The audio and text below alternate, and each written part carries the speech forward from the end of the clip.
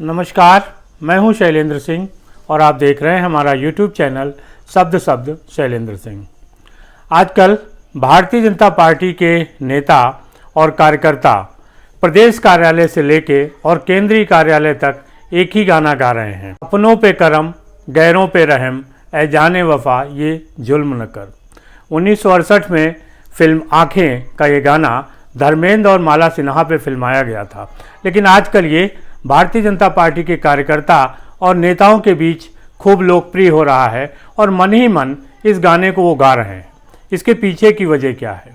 असल में भारतीय जनता पार्टी अब लोकसभा के प्रत्याशियों की सीटें तय कर रही है और इसी के साथ वो नाम तय हो रहे हैं कि जो वहाँ से चुनाव लड़ेंगे। भारतीय जनता पार्टी ने पिछले कुछ दिनों से बहुत सारे ऐसे नेताओं को भी अपने पार्टी में शामिल किया है जो दूसरे दलों के थे। अब उनको भी ये भरोसा दिलाया गया था कि उनको भी लोकसभा का टिकट दिया जाएगा। अगर लोकसभा का टिकट बाहरी लोगों को दिया जाएगा तो निश्चित तौर पे जो पार्टी के कार्यकर्ता हैं, जो सालों से पार्टी के साथ लगे रहे, उनका टिकट काटना होगा। और इसीलिए जो मूल कार्यकर्ता हैं वो ये गाना गा रहे हैं। उनको लग रहा है कि वो दरी और चटाई ही बिछाते रह जा रहे हैं, जबकि बाहर से जो नेता आ रहा है उसे सब कुछ मिल रहा है और हाथों हाथ मिल रहा है। इसकी दो वजहें हैं। एक तो सबसे बड़ी वजह यह है कि भारतीय जनता पार्टी ये चाहती है कि ज़्यादा से ज़्यादा जो सीटें हैं वो जीत सके, और इन सीटों के लिए उसका एक ही फार्मूला है कि जो भी नेता उस सीट को जीत सकता है हमें उसे टिकट देना है। यहाँ पर वो ये भूल जा रही है कि जीतने वाला अपना कार्यकर्ता है या वो किसी दूसरी पार्टी का। लेकिन जो पार्टी के अंदर के कार्यकर्ता हैं उनको ये लग रहा है कि जब भारतीय जनता पार्टी इतने मजबूत और ताकतवर स्थिति में है, आखिर तब वो बाहरी लोगों को टिकट दे क्यों रही है। उसे लगता है कि जब 2014 में भाजपा उतनी मजबूत नहीं थी, उस समय उन्होंने बाहरी लोगों को दिया तो एक बात समझ में आती है। लेकिन आज जब भारतीय जनता पार्टी मजबूत स्थिति में है और उसके सामने कोई दूसरा दल नहीं है, ऐसे में अपने कार्यकर्ता की जगह बाहरी लोगों को टिकट दिया जा रहा है, जो अपने कार्यकर्ताओं पर एक तरीके का अत्याचार है। लेकिन दूसरी तरफ ये भी देखने वाली बात है कि जो भारतीय जनता पार्टी के कार्यकर्ता जीतने की स्थिति में नहीं है, उनको टिकट देके पार्टी को क्या लाभ होगा। असल में भारतीय जनता पार्टी के जो अपने नेता हैं, मंत्री हैं, विधायक हैं या किसी और पद पे हैं, वो जनता के बीच उतना नहीं जाते जितना दूसरे नेता जाते हैं।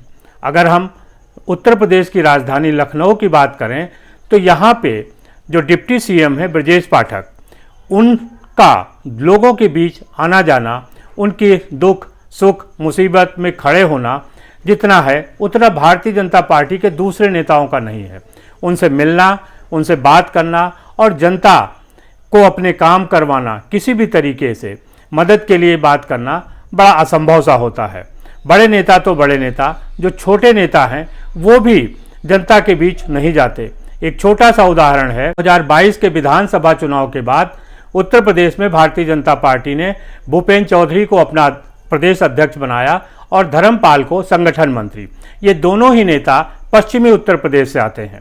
पार्टी को लगा था कि इन दोनों नेताओं को जब महत्व दिया जाएगा तो पश्चिमी उत्तर प्रदेश में उसका जनाधार बढ़ेगा।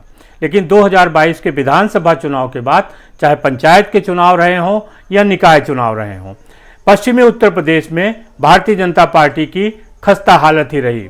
उसी का नतीजा है कि उनको किसी न किसी तरीके से लोकदल के साथ समझौता करना पड़ा और लोकदल को इंडिया गठबंधन में लाना पड़ा।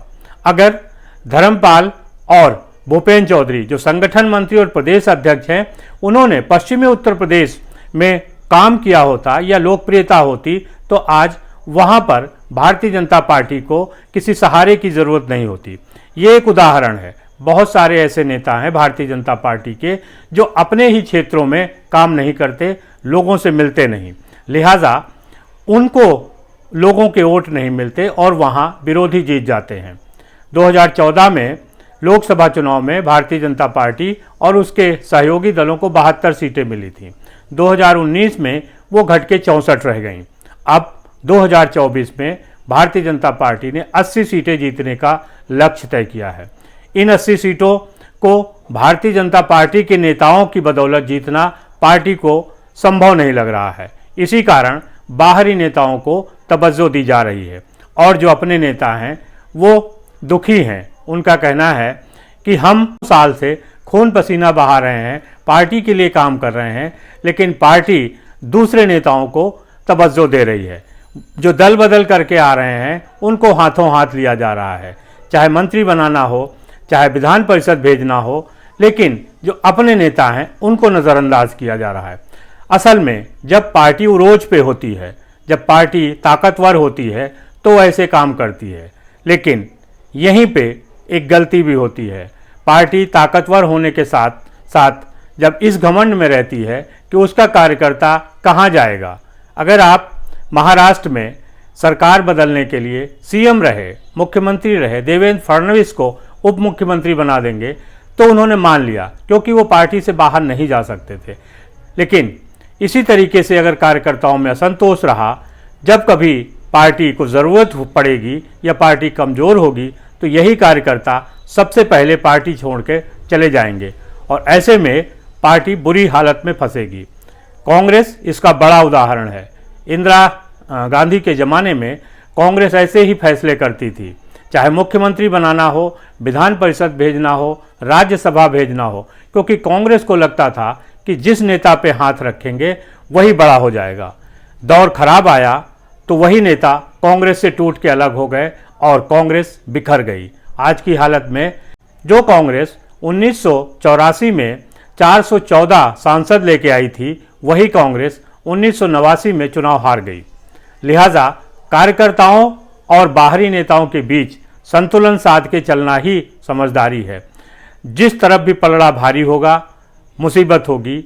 भले ही आज पार्टी को समझ ना आ रहा हो, लेकिन इन कार्यकर्ताओं की अनदेखी भारी पड़ेगी। आपको क्या लगता है, ज़रूर बताइएगा। शुक्रिया, धन्यवाद।